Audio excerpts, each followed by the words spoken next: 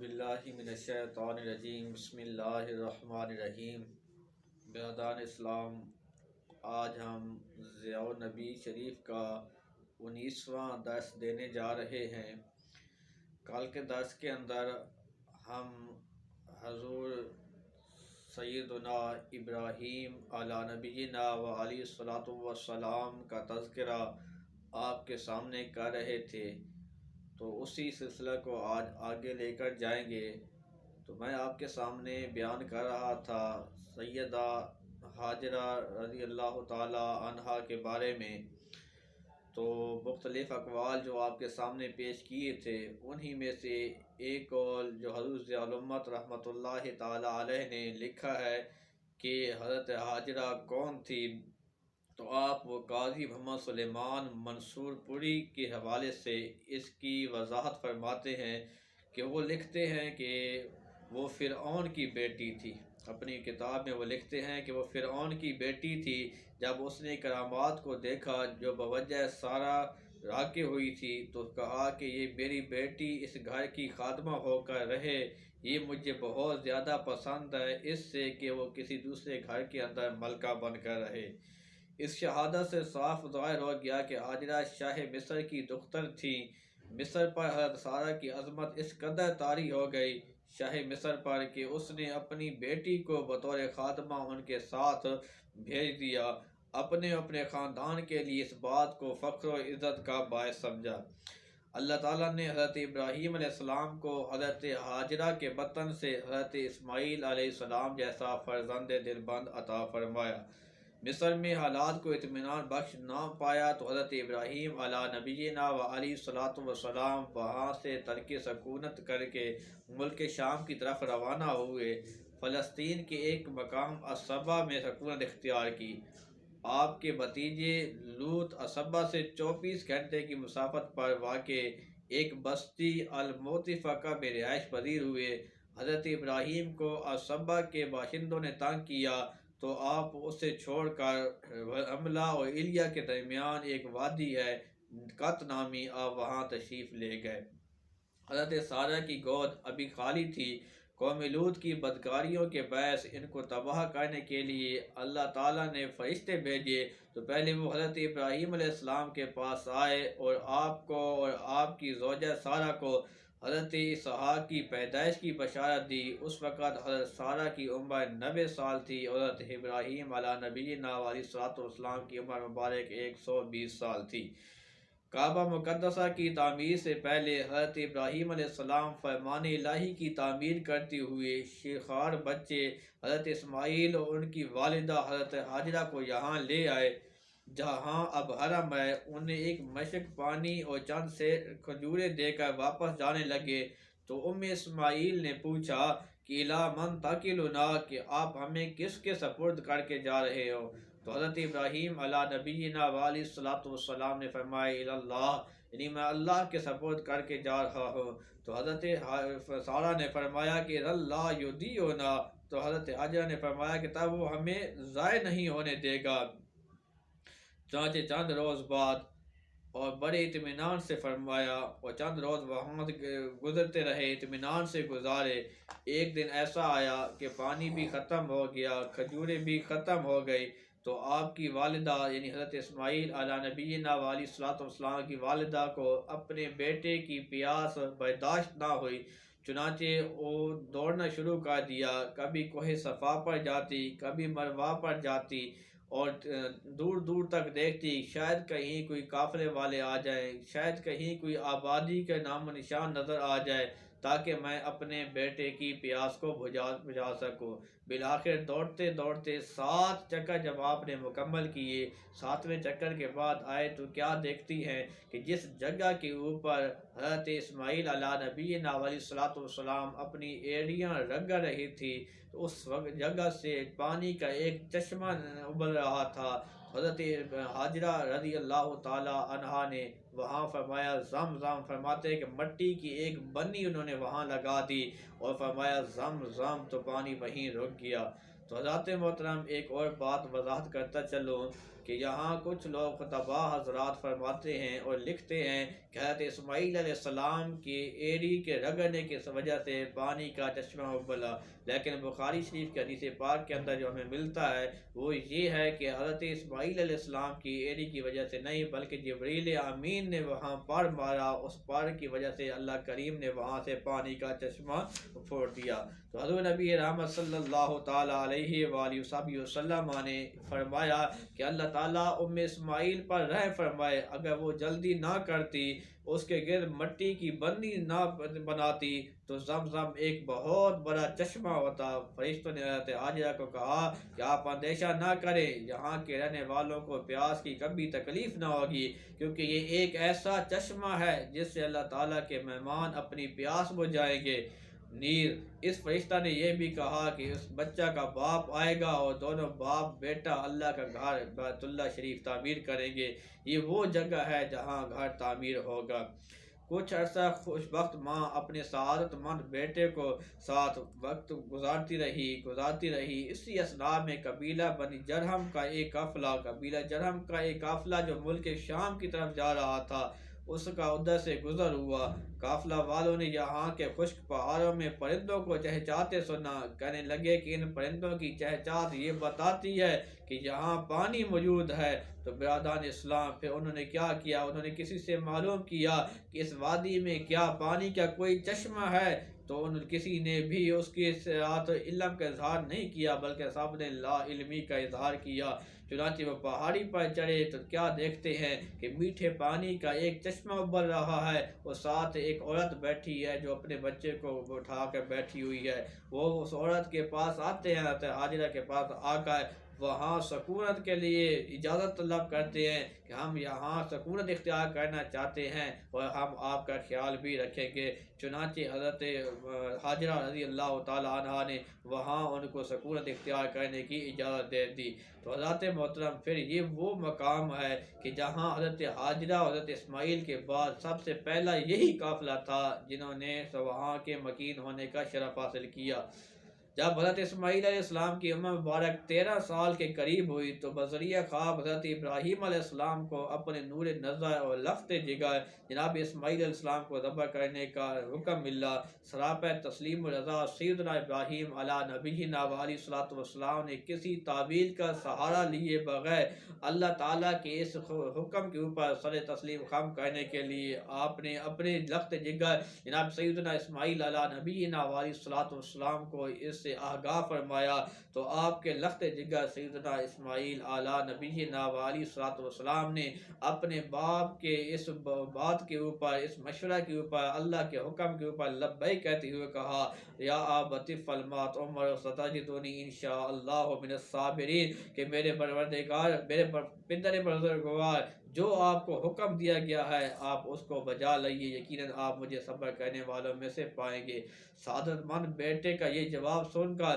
سیدنا ابراہیم علیہ نبینا علیہ الصلوۃ والسلام کو کتنی مسرت ہوگی اور ان کو کتنا اطمینان ہوا ہوگا، یہ تو وہی جانتے ہیں وہ کتنے مقامات جو اللہ تعالیٰ نے ان کو عطا فرمائے تھے۔ تو پھر حضرت محترم حضرت ابراہیم علیہ نبینا علیہ الصلوۃ والسلام نے اللہ تعالیٰ کے حکم کے اوپر سر تسلیم خم کرنے کے لیے اپنے بیٹے کو تیار کر کے اس جگہ پر لے گئے جہاں اپنے بیٹے کی قربانی دینی تھی۔ جب اپنے بیٹے کو اوندا منہ لٹایا تو جب اس کے اوپر چھری چلانے لگے تو اللہ کریم کی طرف سے ندا آئی کہ رک جاؤ، تم نے اپنا خواب پورا فرما دیا۔ قرآن کریم اس بات کو ان الفاظ کے اندر بیان کرتا ہے، وَنَادَيْنَاهُ أَن يَا إِبْرَاهِيمُ قَدْ صَدَّقْتَ الرُّؤْيَا إِنَّا كَذَلِكَ نَجْزِي الْمُحْسِنِينَ، اور ہم نے آواز دی، اے ابراہیم بے شک تو نے سچ کر دکھایا خواب کو، ہم اس طرح بدلہ دیتے ہیں محسنوں کو۔ حضرت محترم حضرت اسماعیل علیہ السلام کی جبین سعادت میں نور محمدی صلی اللہ تعالیٰ علیہ وآلہ وسلم جلوہ طراز تھا۔ اسی کے ظہور کے ساتھ سارے عالم انسانیت بلکہ سارے جہاں ہست و بود کی سعادتیں وابستہ تھی۔ کوئی چھری اس کے گلے کو کیوں کر کاٹ سکتی تھی کہ اس حکم سے یہ دیکھنا بلکہ سارے جہان کو یہ دکھانا مقصود تھا کہ نور محمدی کی امانت اس کے سپرد کی گئی ہے، جو اس کا اہل ہے اس پر ہر امانت کو بار کو اٹھانے کی وہ طاقت رکھتا ہے۔ سبحان من بیدہ ملکوت السماوات والارض، سبحان رب ذی العرش العظیم، ہر عیب سے پاک ہے وہ ذات جس کے دست قدرت میں آسمانوں و زمین کی بادشاہیاں ہیں، پاک ہے عرش عظیم کا رب۔ تو حضرات محترم، یہاں ایک اور بات کی وضاحت کرتے چلتے ہیں کہ کیا ذبیح کون تھے، حضرت اسماعیل علیہ السلام تھے یا حضرت اسحاق علیہ السلام؟ یہ بھی بعض سابقہ جو ہے کتب کے اندر یا موجودہ مسلمان علماء کے اندر بھی اختلاف ہے۔ کچھ کہتے ہیں کہ ذبیح سے مراد حضرت اسماعیل علیہ السلام ہے، اور کچھ کہتے ہیں کہ حضرت ذبیح سے مراد حضرت اسحاق علیہ السلام ہے۔ تو حضور ضیاء الرحمت رحمۃ اللہ تعالیٰ علیہ نے تفسیر سیرت ضیاء النبی شریف کے اندر اس کو بھی بڑے واضح انداز میں بیان فرما دیا کہ حقیقی ذبیح سے ذبیح کون سے مراد ہیں۔ تو آپ فرماتے ہیں اہل کتاب اس پر بضد ہے کہ حضرت اسحاق ذبیح تھے، اور بعض مسلمان علماء بھی ان کے اس قول کی تائید کی ہے، لیکن حقیقت اس کے برعکس ہے کہ ذبیح اللہ ہونے کا شرف حضرت اسماعیل علیہ نبینا علیہ الصلوۃ والسلام کو اللہ تعالیٰ نے عطا فرمایا ہے۔ اس کی کبھی دلیل تو قرآن کریم میں ہے۔ حضرت اسماعیل کی پیدائش کا مجدہ اپنے اس الفاظ کے اندر رب کریم نے ارشاد فرمایا وبشرناہ بغلام حلیم، اور ہم نے مجدہ سنایا انہیں ایک حلیم فرزند کا۔ اور جب حضرت اسحاق کے باری آئی حضرت اسحاق علیہ السلام کی پیدائش کی خوشخبری دینے کی، تو اللہ کریم نے ارشاد فرمایا انا نبشرک بغلام علیم، اور ہم آپ کو مجدہ سنانے آئے ہیں ایک صاحب علم بچے کی پیدائش کا۔ تو معلوم ہوا کہ حضرت اسماعیل میں صفت علم غالب تھی، اور حضرت اسحاق علیہ السلام کے اندر صفت علم غالب تھی۔ اس سے علم کا بڑا مظاہرہ کیا ہو سکتا ہے کہ آپ نو عمر ہیں، حضرت ابراہیم علیہ السلام آپ کو اپنے خواب کے بارے میں بتاتے ہیں جس میں ان کو ذبح کرنے کی طرف اشارہ ہے، تو کم سنی کے باوجود پریشان ہونے اور غمزدہ نہ ہونے کی بجائے بلکہ انہوں نے سرائے پر تسلیم خم کر دیا اور فرمایا یا ابت افعل ما تؤمر ستجدنی انشاءاللہ من الصابرین۔ پھر قرآن کریم میں سورہ صافات میں پہلے حضرت ابراہیم علیہ السلام کے اپنے فرزند کو ذبح کرنے کا مفصل تذکرہ ہے۔ اس کے بعد فرمایا وبشرناہ باسحاق نبیا من الصالحین، اور ہم نے بشارت دی آپ کو اسحاق کی کہ وہ نبی ہوگا صالحین میں سے۔ معلوم ہوا یہ نئی بشارت ہے۔ اس سے پیشتر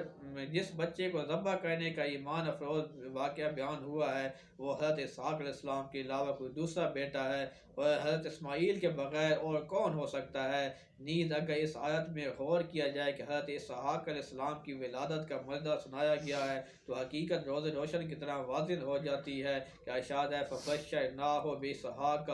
ومن وراء اسحاق یعقوب، تو ہم نے خوشخبری دی سارہ کو اسحاق کی اور اسحاق کے بعد یعقوب کی۔ تو یہاں صرف حضرت اسحاق کی ولادت کی بشارت ہی نہیں دی جا رہی بلکہ ان کے لڑکے یعقوب کی ولادت بھی اس سے بیان کی جا رہی ہے۔ ایسا بچہ جو ابھی پیدا ہی نہیں ہوا اور پیدا ہونے کے بعد اس نے ابھی باپ بھی بننا ہے، اس کو بچپن میں قربانی کے طور پر ذبح کرنے میں کوئی معقولیت سمجھ نہیں آتی۔ تو برادران اسلام یہ جتنی بھی تفصیلات ہیں، یعنی اللہ تعالیٰ کے اگر اس کو بات کو ثابت کیا جائے کہ جہاں ذبیح سے مراد حضرت اسحاق علیہ السلام ہے، پھر اللہ تعالیٰ کا نعوذ باللہ من ذالک اللہ تعالیٰ کی طرف یہ افتراء باندھنا آتا ہے کہ اللہ تعالیٰ کو پتہ ہی نہیں تھا کہ اس نے خوشخبری یہاں دے رہے ہیں کہ وہ اسحاق کی، پھر اس کے بیٹے یعقوب کی، پھر اسی کو ذبح کیا جا رہا ہے۔ حضرات محترم حضور ضیاء الامت رحمۃ اللہ تعالیٰ علیہ فرماتے ہیں کہ یہ بات بھی قرین قیاس بھی نہیں ہے کہ حضرت اسحاق علیہ السلام کو یہاں ہم ذبیح مانیں، بلکہ ذبیح جو ہیں حضرت اسماعیل علیہ نبینا علیہ الصلوۃ والسلام ہے۔ تو اہل کتاب جس درمی کے خوگر ہیں ان میں سے کوئی بعید نہیں ہے کہ قرآن کریم کے روشن دلال کے باوجود اپنی ضد پر اڑے رہیں، لیکن جب ان کی اپنی کتاب سما کی تصدیق کر دے کہ اسحاق ذبیح نہیں بلکہ اسماعیل علیہ السلام ہی ہیں، تو پھر انہیں حق کو تسلیم کرنے میں تأمل نہیں کرنا چاہیے۔ کتاب پیدائش میں جہاں حضرت خلیل علیہ الصلوۃ والسلام کو حکم دیا ہے کہ وہ اپنے بیٹے کی قربانی دیں، وہاں الفاظ یہ ہیں کہ اپنے اکلوتے بیٹے کو قربان کر۔ اس سے مراد حضرت اسماعیل علیہ السلام ہی ہو سکتے ہیں کیونکہ وہی آپ کے اکلوتے بیٹے تھے، کیونکہ جب آپ پیدا ہوئے تو اس وقت آپ کے علاوہ حضرت خلیل کا کوئی اور فرزند نہیں تھا۔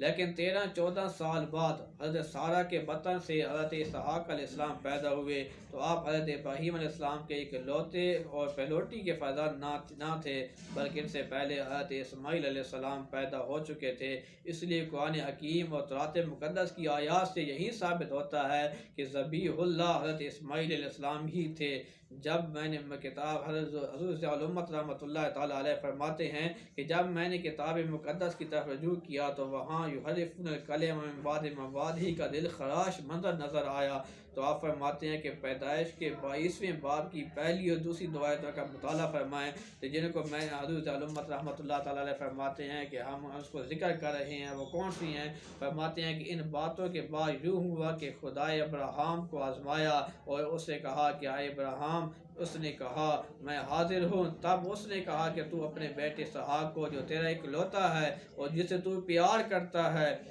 ساتھ لے کر تو اس کو ملک میں جا کر وہاں اسے پہاڑ میں سے ایک پہاڑ میں جو میں تجھے بتاؤں اس کو قربانی کے طور پر چڑھا دے۔ اس بات میں اکلوتا کا لفظ کا غور طلب کریں۔ اردو لغات میں اس کا ترجمہ یوں ہے اکلوتا، اکیلا بیٹا جس کا کوئی اور بہن بھائی نہیں ہو، وہ حضرت اسحاق نہیں ہو سکتے بلکہ حضرت اسماعیل علیہ السلام پر ہی صادق آتا ہے، کیونکہ آپ پہلے پیدا ہوئے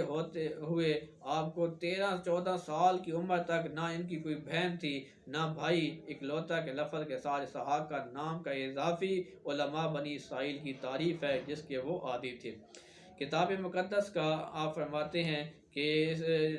عربی بات میں اکلوتے بیٹی کی جگہ ابن کل وحید استعمال کیا ہے، جہاں انہوں نے کہا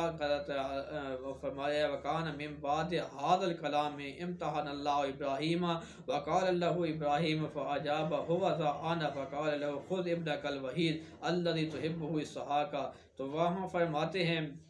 الوحید المنفرد بنفسہ، وحید کا مطلب کیا ہے؟ یہ جو بالکل تنہا و اکیلا ہو۔ یہ لفظ اسحاق پر کسی طرح بھی صادق نہیں آ سکتا۔ آسمانی کتب کی نصوص کے علاوہ قرائن بھی اس کی تائید کرتے ہیں کہ اس فرزند ذبیح کی سنت کو زندہ رکھنے کے لیے جو قربانیاں کی جاتی ہیں اس کا مقام شام میں نہیں بلکہ منا کے قریب ہے، اور یہ بھی اس بات پر دلالت کرتے ہیں کہ یہاں ذبیح سے مراد کون ہے؟ حضرت اسماعیل علیہ نبینا علیہ الصلوۃ والسلام ہے۔ پھر حاکم نے مستدرک میں حضرت معاویہ رضی اللہ تعالیٰ عنہ سے روایت کیا ہے کہ ہم رسول اللہ صلی اللہ تعالیٰ علیہ وآلہ وسلم کی خدمت میں حاضر تھے۔ ایک اعرابی آیا، اس نے عرض کی یا رسول اللہ صلی اللہ علیہ وسلم، میں اپنے پیچھے ایک ایسا وطن چھوڑ آیا ہوں جو خشک سالی کا شکار ہے، پانی کے ذخیرے خشک ہو گئے ہیں، میں اپنے پیچھے ایسا مال چھوڑ آیا ہوں وہ جو خستہ حال ہے، کات حد کے باعث مال ہلاک ہو گیا ہے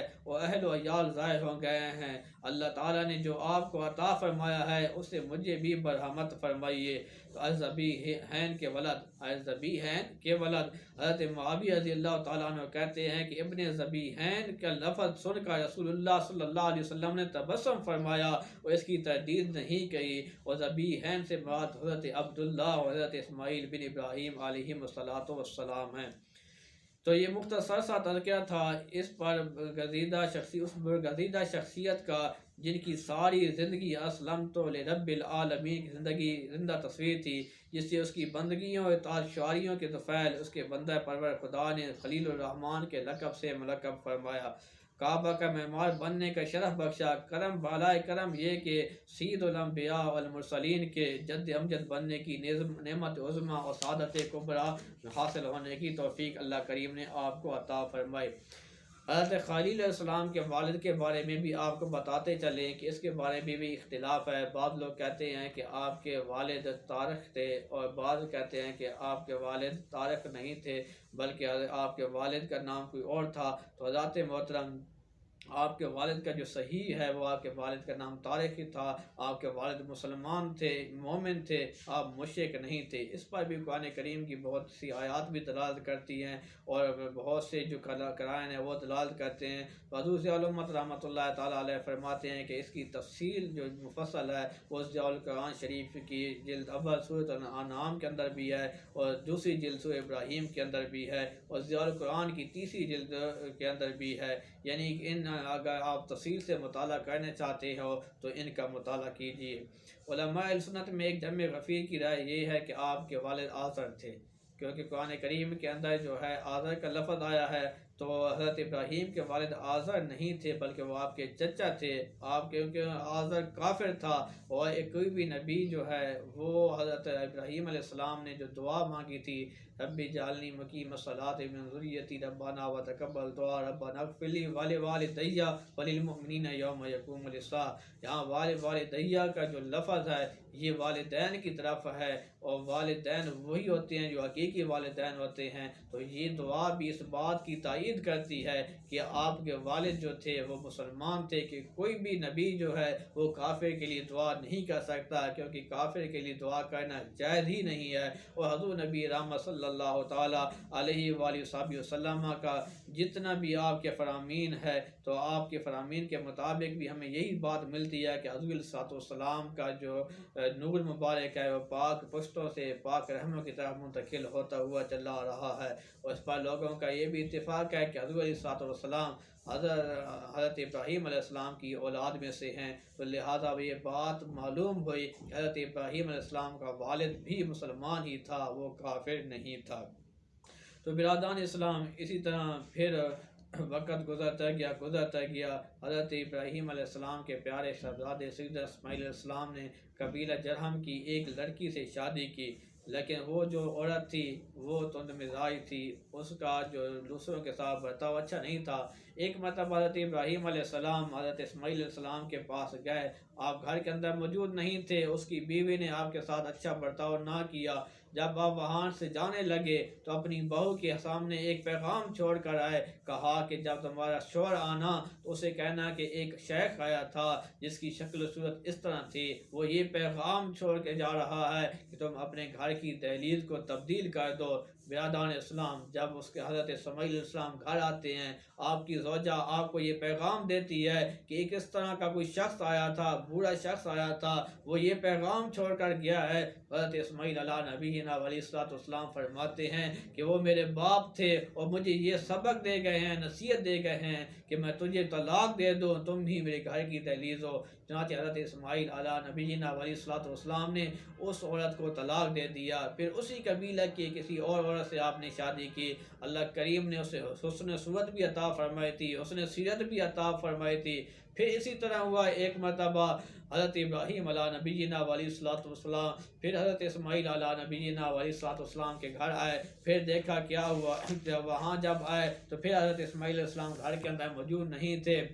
وہ جو بیوی تھی وہ اس مہمان کے اس کی خاطر خدمت کی، اس کے ساتھ عزت و تکریم کے ساتھ پیش آئی۔ حضرت ابراہیم علیہ السلام کافی انتظار کرنے کے بعد جب واپس جانے لگے تو آپ یہ پیغام چھوڑ کر گئے کہ اپنے بیٹے کو کہنا کہ فلاں رنگ کا ایک آدمی آیا تھا، ایک شیخ آیا تھا، اور تمہارے لیے یہ نصیحت چھوڑ کر گیا ہے کہ تمہارے گھر کی دہلیز بہت اچھی ہے، اس کو تم قائم رکھنا۔ جب حضرت اسماعیل علیہ السلام گھر واپس آتے ہیں تو کیا دیکھتے ہیں، ان کو اپنے گھر کے اندر اپنے والد کی خوشبو آتی ہے۔ گھر والی سے پوچھتے ہیں کیا کوئی آج مہمان آیا تھا؟ وہ فرماتی ہے کہ ہاں، ایک ایسا بزرگ آدمی آیا تھا جس کی قد و قامت یہ تھی، جس کا رنگ یہ تھا، اس کے سے خوشبو آتی تھی، اور تمہارے لیے یہ پیغام چھوڑ کر گیا ہے کہ تمہارے گھر کی دہلیز اچھی ہے، اس کو تم قائم رکھنا۔ حضرت اسماعیل علیہ السلام فرماتے ہیں کہ وہ میرے والد تھے اور مجھے یہ وصیت کر گئے ہیں تمہارے متعلق کہ تمہارا کردار اچھا ہے، تمہارا اخلاق اچھا ہے، اور میں تمہیں بطور بیوی اپنے پاس قائم و دائم رکھوں۔ تو برادران اسلام، یہ جو باتیں ہوتی ہیں یہ اللہ تعالیٰ کے نیک بندوں کی یہ صفت ہوتی ہے، وہ اپنے اولادوں کی ہر طرح سے تربیت کرتے رہتے ہیں۔ تو حضرت اسماعیل علیہ السلام کی بھی حضرت ابراہیم علیہ السلام نے اسی طرح تربیت کی تھی۔ تو برادران اسلام، تیسری مرتبہ حضرت اسماعیل علیہ السلام کی ملاقات کے لیے آپ پھر مکہ تشریف لائے، اور اس وقت وہ اللہ تعالیٰ نے کعبہ بیت اللہ شریف کی گھر یعنی کہ اللہ تعالیٰ نے اپنے گھر کی تعمیر کا آپ کو حکم دیا، تو دونوں باپ اور بیٹے نے مل کر اللہ تعالیٰ کے گھر بیت اللہ شریف کعبہ کی تعمیر کی۔ حضرت اسماعیل علیہ السلام پتھر توڑ توڑ کر لاتے تھے، اور حضرت ابراہیم علیہ نبینا علیہ السلام اس کے ساتھ دیواریں بناتے تھے۔ حضرت اسماعیل علیہ السلام اسی طرح گارا بھی بناتے تھے۔ برادران اسلام، حضور ضیاء الامت رحمۃ اللہ تعالیٰ علیہ فرماتے ہیں کہ یہ معلوم نہیں کہ اس گھر کے اندر بنانے میں کتنا وقت لگا،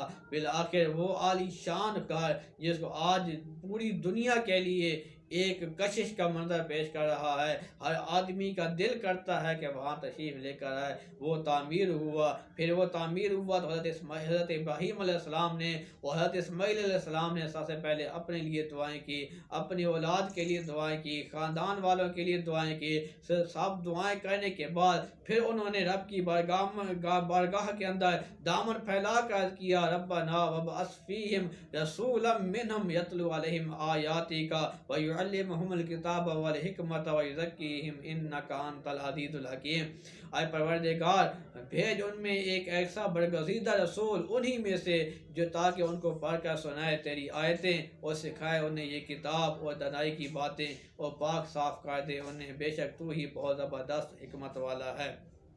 اللہ تعالیٰ نے اپنے خلیل کی ان دعاؤں کو، جن کے اوپر حضرت اسماعیل علیہ نبینا علیہ السلام نے آمین کہا، یقیناً اللہ تعالیٰ اس کو قبول کرتا بھی ہے، اور اللہ تعالیٰ نے قبول کی ہے۔ اور پھر اللہ تعالیٰ نے امت مسلمہ کو یعنی ہم سب کو حضور نبی رحمت صلی اللہ تعالیٰ علیہ وآلہ وسلم جیسی عظیم شخصیت سے ہم کو منور فرمایا، ہمارے اندر وہ نبی مبعوث فرمائے۔ حضور پر نور صلی اللہ علیہ وسلم کو وجود مسعود اور حضور علیہ السلام کی عالمگیر نبوت و رسالت اس دعا کا نتیجہ ہے۔ نبی کریم علیہ السلام نے ایک بار اپنا تعارف کرتے ہوئے فرمایا، انا دعوت ابراہیم، یعنی میں اپنے باپ ابراہیم کی دعا ہوں۔ بیت اللہ شریف کی تکمیل کے بعد خالق ارض و سما نے اپنے خلیل کو حکم دیا کہ اذن فی الناس بالحج، آپ لوگوں میں حج کا اعلان کریں۔ آپ نے عرض کی، میرے پروردگار، تیرے حکم کی فرمانبرداری کرتے ہوئے میں اعلان تو ضرور کروں گا، لیکن میری آواز کہاں تک جائے گی؟ تو رب ذوالجلال نے فرمایا کہ اعلان تو کرنا تیرا کام ہے، لوگوں کے کانوں تک آواز کا پہنچانا میرے ذمہ ہے۔ چنانچہ آپ نے پتھر پر کھڑے ہو کر حج کا اعلان فرمایا۔ اللہ تعالیٰ نے آپ کے اعلان کو تمام انسانوں تک پہنچا دیا، حتیٰ کہ مردوں کی پشتوں عورتوں کی رحموں میں جو تھے انہوں نے بھی اس اعلان کو سنا، اور جس نے بھی اس پر لبیک اللہم لبیک کہا تو اللہ کریم نے اس کو حج کی سعادت سے ضرور بہرہ بر فرمایا۔ تو برادران اسلام،